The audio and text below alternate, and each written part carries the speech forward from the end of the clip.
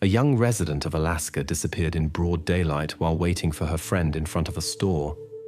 The search, in which investigators and numerous volunteers participated, led to unexpected discoveries. When the truth came to light, the residents of the small, previously quiet town were shaken, and their accustomed way of life changed forever. Mandy Marr was born on the 19th of July 1980 in Anchorage, the largest city in Alaska. Two brothers also grew up in the family. Over time, the parents decided to exchange the noisy big city for a quieter and more secluded place.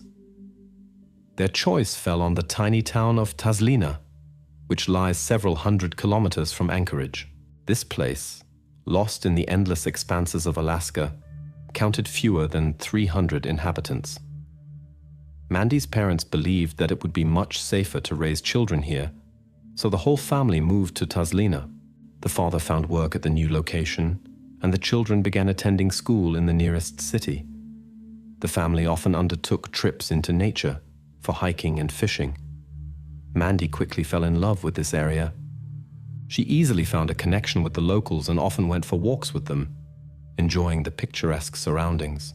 On a summer day in 1991, young Mandy spent time with her friends and enjoyed the last vacation days before the new school year. On the 22nd of August, she contacted her friend Erin and invited her over. Erin lived about 1 kilometer away, and they agreed to meet halfway. Mandy also called her best friend April, who lived nearby. Mandy asked her mother for permission, but she hesitated at first.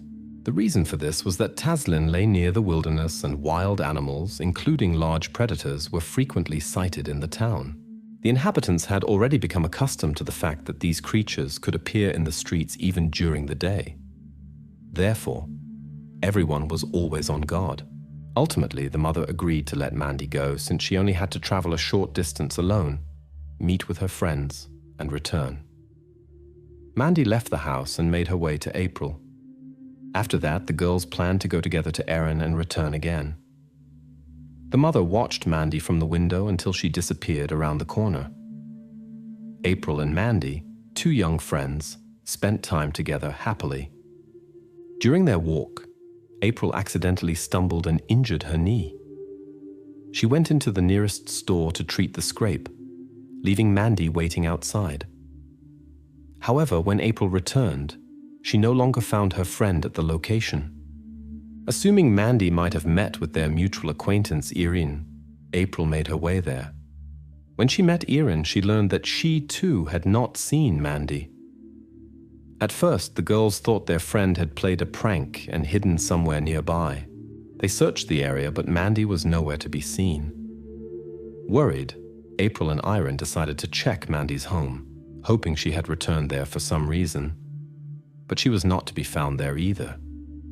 Mandy's mother was surprised to see her daughter's friends without her. Concerned, she began questioning the neighbors about whether anyone had seen Mandy.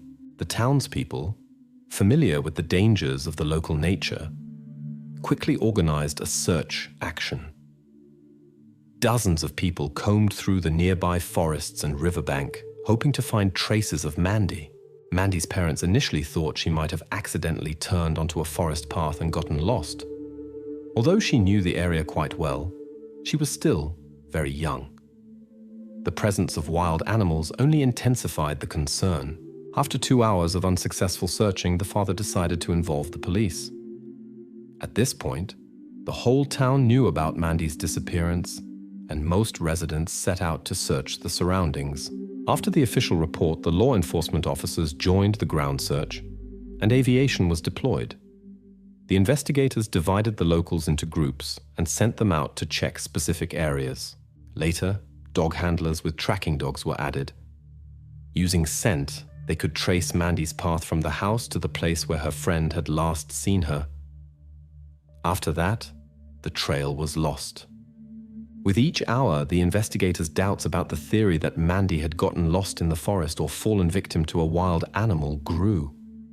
In the first case, she would hardly have gone deep into the forest, especially far away from the town. In the second case, traces of an incident would already have been visible. The results from the search dogs were also disturbing.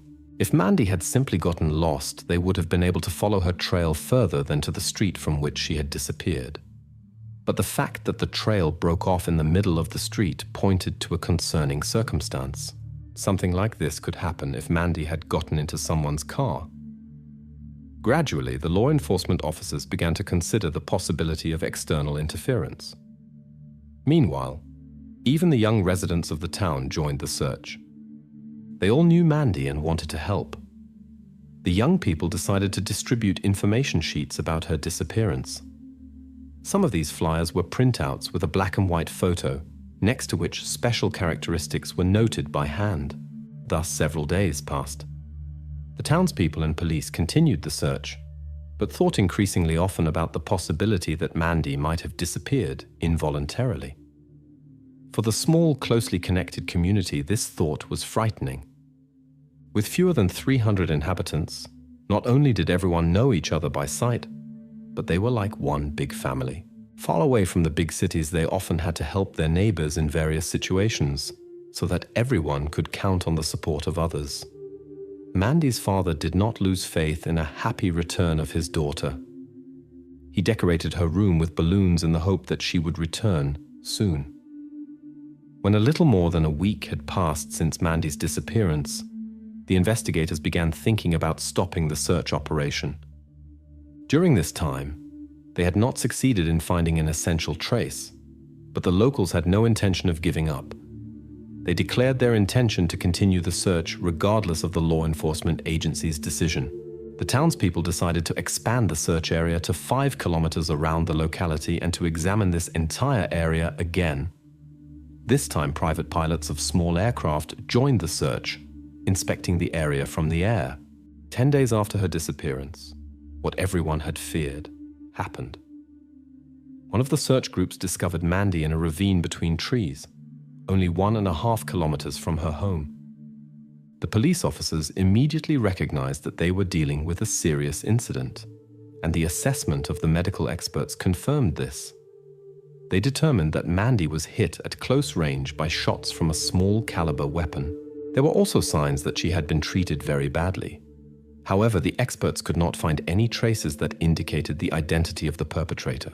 On Mandy's wrists, they found traces of ropes, which suggested that she might have been held captive for a period of time. According to the experts, the tragic outcome did not occur earlier than 12 hours after her disappearance. This could mean that the perpetrator held her somewhere the entire time. The investigators noticed another disturbing detail. Mandy was found in a place that police and volunteers had already searched several times. This suggested that the perpetrator had only left her there after these searches, which meant that he had been watching the search and possibly even participating in it. This assumption caused great concern among the residents of the small town, since they all knew each other well. The residents of the small town could hardly believe that someone from their circle of acquaintances could be involved in this incident. Mandy's father even asked a friend to remove all hunting equipment from the house. The man feared he might lose control if it became known who was responsible for what had happened. The law enforcement officers tried to find clues at the site where Mandy was found, but without success. The difficulty was that it had rained heavily in recent days, which could have destroyed vehicle tracks, footprints, and other important details. Nevertheless, the experts managed to secure some potential pieces of evidence. They found small red and blue fibers that did not match Mandy's clothing, as well as microscopic paint particles. They also discovered something that looked like metal shavings, possibly from a tool. However, all of this could only be useful if they managed to identify a concrete suspect. Soon, the investigators received their first clue. A local resident who wanted to remain anonymous reported to them about the strange behavior of his colleague named David DeForest. The man worked as a construction worker, and after Mandy's disappearance, he constantly talked about this case. Although all residents could not help talking about it, David's behavior seemed unusual to his colleagues. He discussed it almost without interruption and was visibly agitated. The law enforcement officers investigated DeForest's past and found that he had problems with the law. A few years ago, David was prosecuted for car theft, and shortly before the incident with Mandy, he was under suspicion of a serious crime in another state. This was enough to invite the man for a conversation. He denied any connection to the incident and assured that he had been at work that day. The investigators spoke with his supervisor, who confirmed David's statement. In doing so, DeForest told something strange. He reported that on the day of Mandy's disappearance, he had seen another local resident's car on the street where she was last spotted. At the wheel sat the elderly Charles Smithard. This information did not seem very convincing to the investigators. But lacking other theories, they decided to pursue it. Smithard, a retired mechanic, lived in an annex next to his mother's house and enjoyed a good reputation. People often turned to him to have various things repaired. The local children constantly came to him when they had problems with their bicycles, and the man got them back in order in his workshop. Almost immediately after DeForest shared his observations with the authorities, this information spread throughout the entire city. The residents were outraged that David was trying to bring a respected member of their society into disrepute. On the contrary, they increasingly leaned toward the thought that DeForest was precisely the one involved in the incident. They believed that with his story, he was only trying to divert police attention from himself. Previous problems with the law only strengthened the suspicions against him, and the investigators began to wonder whether the man's alibi for the time of the disappearance was convincing enough. After all, he himself had admitted that he had driven on that street. The question arose, could David actually have been involved in the disappearance and tried to shift responsibility onto Charles? However, the investigators noticed a peculiarity in Smithard's behavior. Like many city residents, he participated in the search for Mandy. The work of the volunteers was coordinated by the police, who used the fire station building as headquarters. When helpers came there, they were divided into groups, their names written on a piece of paper and pinned to a special board. Smithard appeared daily at the fire station but never joined the groups. Instead, he went alone to search for Mandy, which seemed unusual to the investigators. They spoke with Charles, but he denied any involvement in the incident. The man claimed not to have driven anywhere that day and to have been at home. According to his words, he had watched a sports game, and his mother confirmed this. Smithard also suspected that David might have intentionally put him in a bad light to deflect suspicion from himself. The investigators continued their work while simultaneously checking Charles's statements. They did not succeed in finding evidence that he had left the house that day, but soon they discovered something interesting. It turned out that the suspect's mother made a purchase at the store. Thanks to the cash register data, the investigators were able to determine the exact time, 3:17 in the afternoon. For the investigators, this was an important discovery. First, they received proof that Smithard had been dishonest during questioning.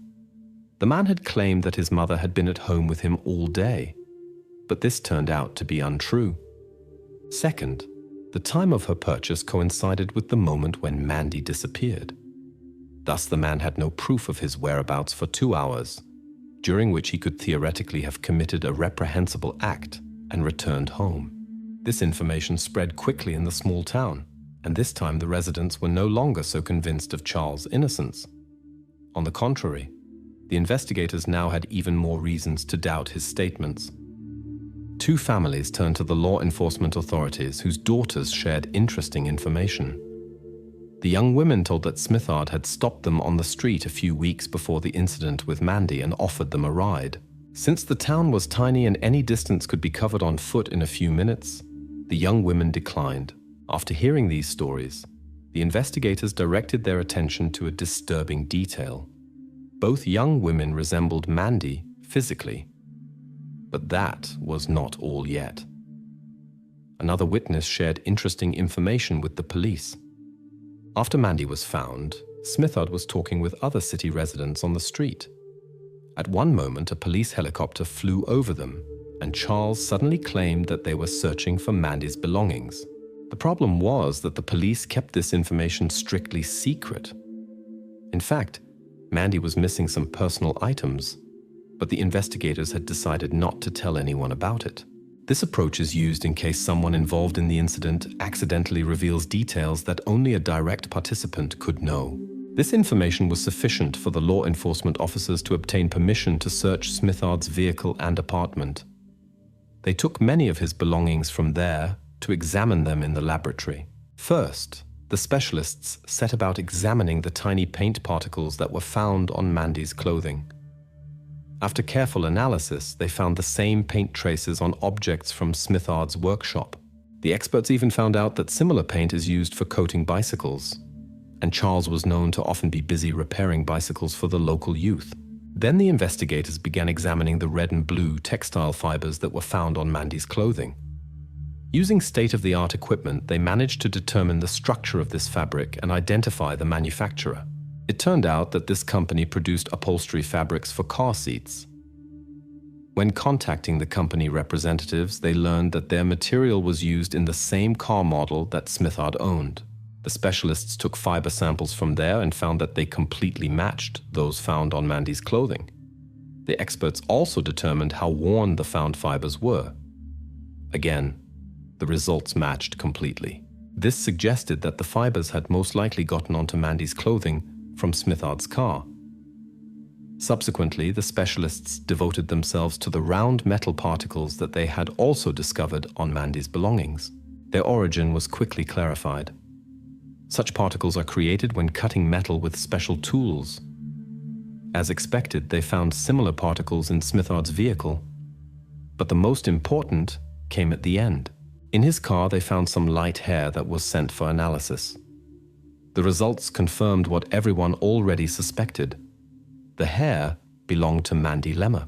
All of this convinced the investigators of Charles's involvement in the incident, but they wanted to gather as much evidence as possible. Therefore, they began investigating Smithard's past and learned that he had been married twice. The suspect had several daughters who lived in different states. The investigators decided to speak with them and traveled to one of them in California. When she learned of the suspicions against her father, the woman could not hold back her tears. Looking at the investigator, she shared incriminating memories of how her father had behaved inappropriately toward her and her sisters since their early youth. It was remarkable that Mandy was the same age when the misfortune happened. After this conversation, hardly any doubts remained about Charles's involvement in the incident. In November of the same year, the man was arrested and the case was brought to court. As is often the case, the waiting time until the trial began stretched over several years, and the proceedings only began in 1993. Charles continued to protest his innocence, but the evidence pointed to the contrary. According to the prosecution, the man deliberately drove through the streets looking for a potential victim. This was supported by the fact that he had tried to take two other girls several weeks before the incident with Mandy. When he noticed her on the street, Charles might have offered to give her a ride or somehow persuaded her to get into his car. After that, he presumably brought her to his workshop, where she spent about 12 hours under cramped circumstances. Subsequently, she was taken to a wooded area where the inevitable happened. When the citizens organized a large-scale search, the alleged perpetrator probably observed which areas the police were examining and moved important evidence to prevent its discovery. Charles, for his part, insisted on his innocence and pointed to DeForest as the real culprit. However, this version was not supported by evidence, so the judge finally prohibited Smithard's lawyer from pursuing this line of defense before the jury. The court proceedings were completed relatively quickly, and Charles Smithard was found guilty. He was sentenced to 114 years in prison, which de facto meant life imprisonment. His defender tried several times to contest the verdict, and in 1999, he succeeded. He was able to convince the Supreme Court of Alaska that the trial against his client was fraught with violations. This concerned the prohibition on undertaking attempts to prove the involvement of other persons in the incident. Finally, the court verdict in the Smithard case was formally overturned, but he remained in custody awaiting a new trial. Less than a year later, in 2000, a serious lung disease was diagnosed in the man, from which he died shortly thereafter. This situation created legal uncertainties. After the overturning of the verdict, Smithard was no longer considered guilty from a legal standpoint for Mandy's disappearance, and his death made the beginning of a new court proceeding impossible. As a result, Mandy's case officially remained unsolved, although the reason for overturning the verdict was a legal formality. Nevertheless, hardly anyone doubted Smithard's involvement in the incident. In addition to the serious evidence, the story with his own children clearly showed the true nature of this person. Mandy's father later confessed that he did not regret his decision to give all his hunting equipment to a friend. The man struggled with thoughts of vigilante justice, but understood that in this case, his sons would have to grow up without a father, as he would inevitably end up behind bars. Balancing on a knife's edge is more than just a figure of speech when it comes to the struggle for existence. The hero of this story found himself at the center of dramatic events through an incredible chain of circumstances and narrowly escaped a tragic fate twice.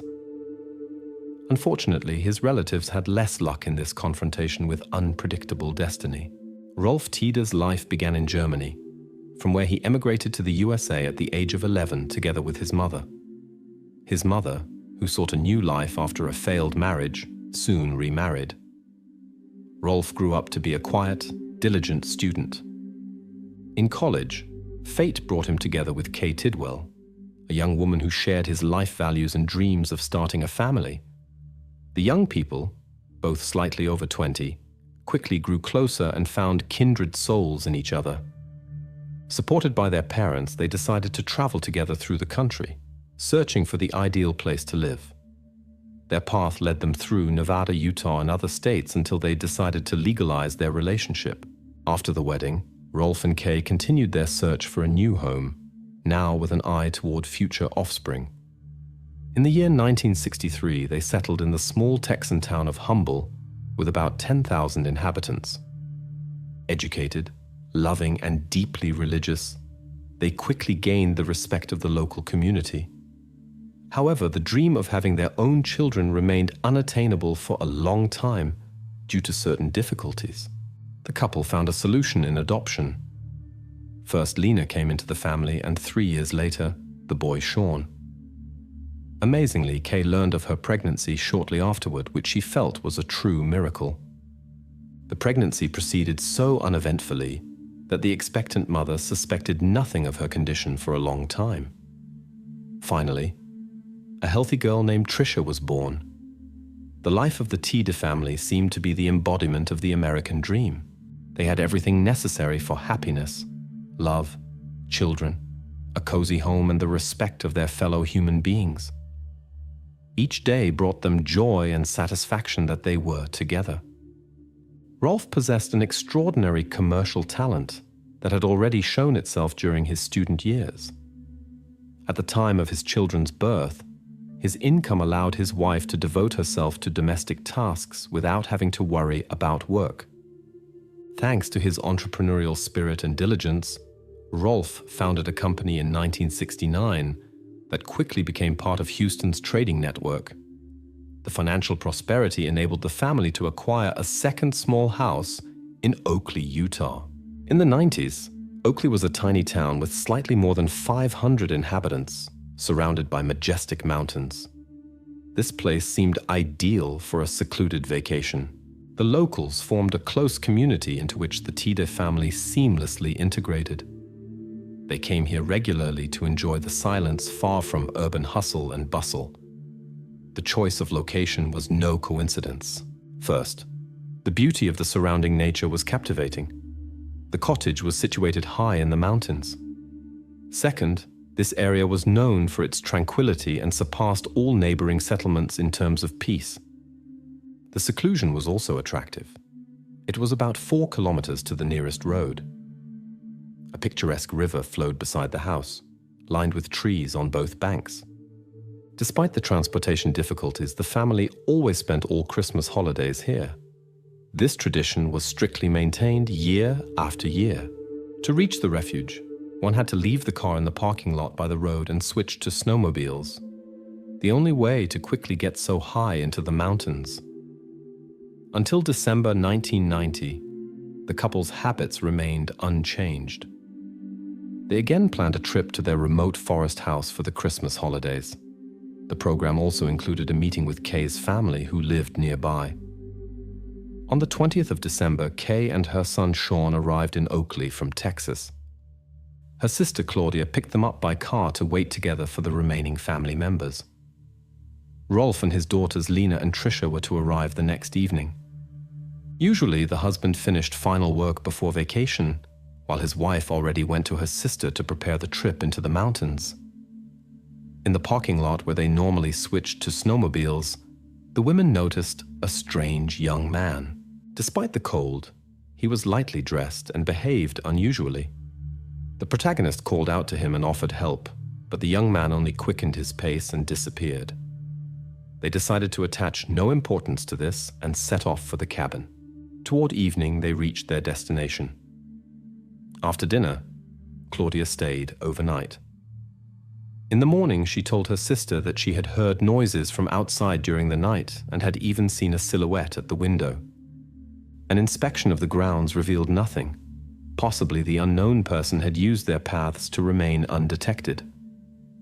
The women decided to focus on the arrival of the others. On the 21st of December, Rolf arrived at the parking lot with his daughters. His wife told him about the strange incidents, especially about the suspicious young man. She asked her husband to bring hunting rifles for safety, but he refused. Rolf did not like weapons and did not know how to handle them. He claimed this was the most peaceful place in the area, where there had been only one incident related to aggressive driving in 100 years. After that, only some minor thefts had occurred over the years. Despite her husband's confidence, unrest did not leave the protagonist. She could not banish the image of the strange young man from her mind, who seemed potentially dangerous to her and obviously foreign to the area. However, in order not to spoil the family vacation, she decided for the time being not to share her concerns with the children. The family father had no idea what inconveniences might lurk for them in this area. Kay could not shake off the oppressive feeling after the recent encounter with the stranger. As if she sensed something ominous, she decided to play it safe. The woman took a couple of hunting rifles on the snowmobile and explained to her husband that she would feel safer this way. He had no objection. The family brought their things into the house. The eldest daughter had left in the morning to get missing groceries for the celebration. The others decorated the house and also drove to the city for shopping. The exhausted Sean asked to stay overnight with Aunt Claudia. They left him there, which possibly turned out to be the right decision. Then the couple and the girls visited Kay's mother, 72-year-old Beth Potts. After a car accident in 1983, the woman saw poorly and could only move with difficulty. The relatives traditionally took her along to the cabin. The evening passed in a warm family atmosphere. Everyone prepared for the trip into the mountains the next day.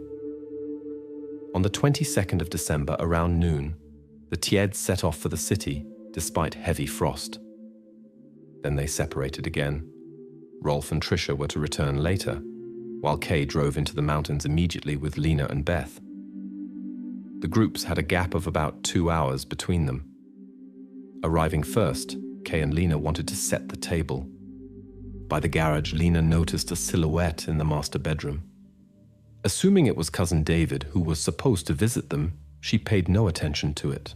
In the kitchen, she turned on the hot water and saw someone behind the refrigerator out of the corner of her eye. Believing David wanted to frighten her, Lena smiled. But when the stranger stepped into the light, she recognized her mistake. It was a young man with curly hair. Lena tried to warn the others, but it was too late. They had already noticed the armed man. Kay regretted that she had not gotten the rifle from the garage. Now she could not confront the evildoer. Lena obeyed the stranger's command and helped her grandmother and mother to get to the first floor. The women laboriously climbed the stairs, afraid that a delay would provoke the stranger's anger. Upstairs, they were met by another young man with glasses, who was also armed. Kay pleaded not to harm them and promised to give up everything valuable. Finally, the young man with curly hair lost control of himself and began to commit unlawful acts. After the incident, Kay and Beth showed no signs of life. He seemed to take pleasure in what was happening. Lena, who expected the worst, was surprised when her fate turned out differently. She was led to another room and tied up. One of the strangers brought a dog and said this should calm her. Then the perpetrators left the room. When the leader returned to the victims, he again used violence against Kay and Beth. After that, they took all valuables and brought the victims to the terrace, where they covered them with snow. Lena desperately tried to free herself, knowing that her father and sister would return soon. She wanted to warn them, but did not manage to do so in time. At 14:45, Rolf and Tricia arrived with snowmobiles. Sean stayed with relatives and thus escaped the danger. The perpetrators were already waiting near Lena. They warned her of the consequences should she make even a sound. When the father entered, they led the girl in front of them. In the living room, Rolf and Tricia saw a terrifying scene. Rolf tried to buy his freedom by offering money and his watch. But the leader of the gang was relentless. The unknown men searched the injured man's pockets but left the young woman untouched. Instead of further actions, they locked Lena and Tricia in the bedroom. The perpetrators found gasoline canisters that were stored for refueling the snowmobiles and began distributing the fuel throughout the house.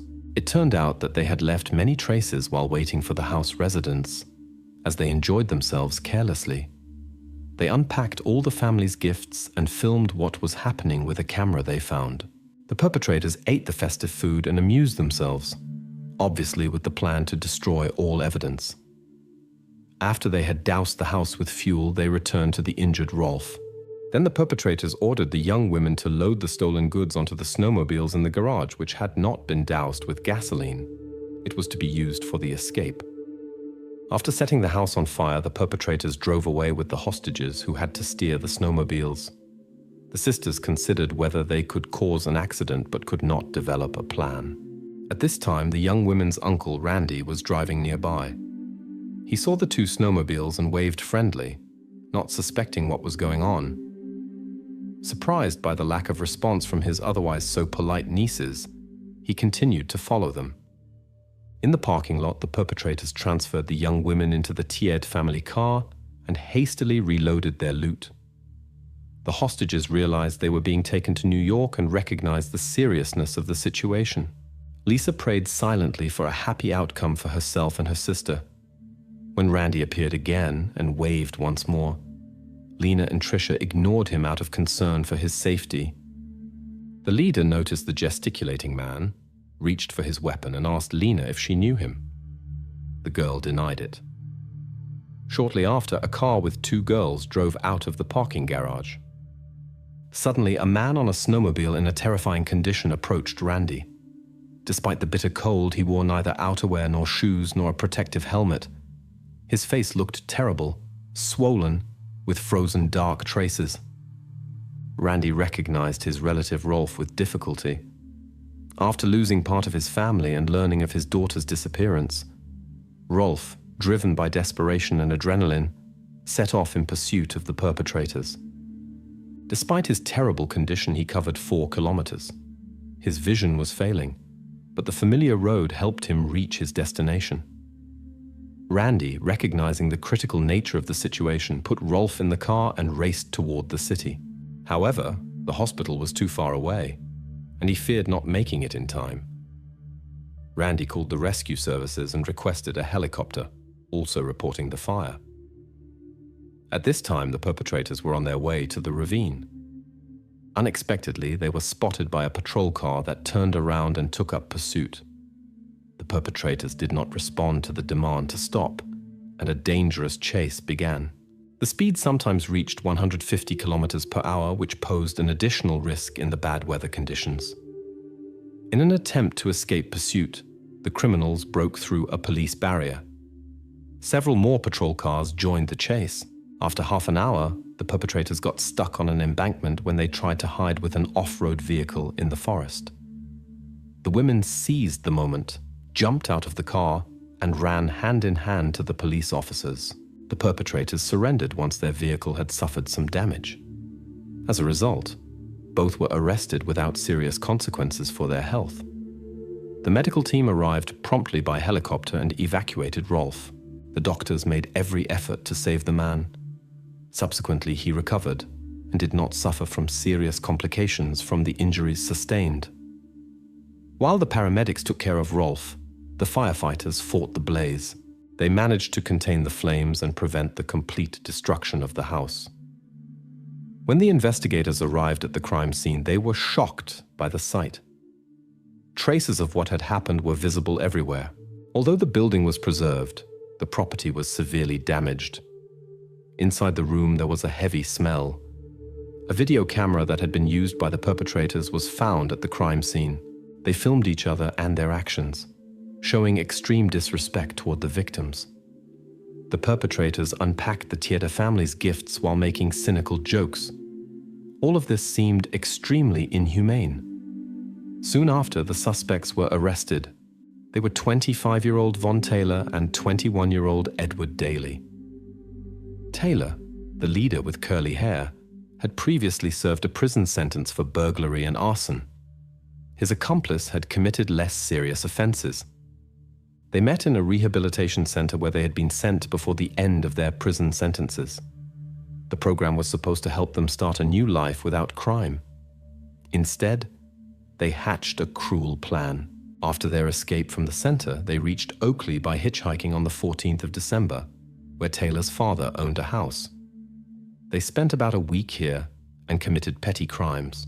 It was Von Taylor, the suspicious man without outerwear whom Kay had noticed in the parking lot on the day of their arrival. At that moment, he was just inspecting the surroundings, looking for a potential target for a robbery. The women immediately caught his attention. On the 22nd of December, unexpected guests broke into the Tiede family house when the owners were absent. They had gone to the city and had missed each other by only half an hour. The uninvited guests behaved like masters of the house. They helped themselves, drank, and waited for the residents' return. The leader proposed an escape plan and had his eye on the family car for this purpose. They decided to use the young women as cover, with the intention of reaching New York and then leaving the sisters behind to disappear in the metropolis. On the 22nd of January, the perpetrators were officially charged with serious crimes, including 2 cases of first-degree felonies, attempted first-degree felony, and 2 cases of aggravated kidnapping. The list was supplemented by theft, arson, and resisting arrest, not to mention escape from a correctional facility. Both immediately pleaded insanity, but an expert assessment found no psychological abnormalities. After 5 months, one of those arrested pleaded guilty to 2 counts of first-degree felonies, in exchange for which the remaining charges were dropped. In court, he declared that he had been the organizer of the incident and felt no remorse. Despite the leader's confession, his accomplice did not plead guilty and decided on a jury trial. The trial began 2 weeks after the sentencing of the first defendant.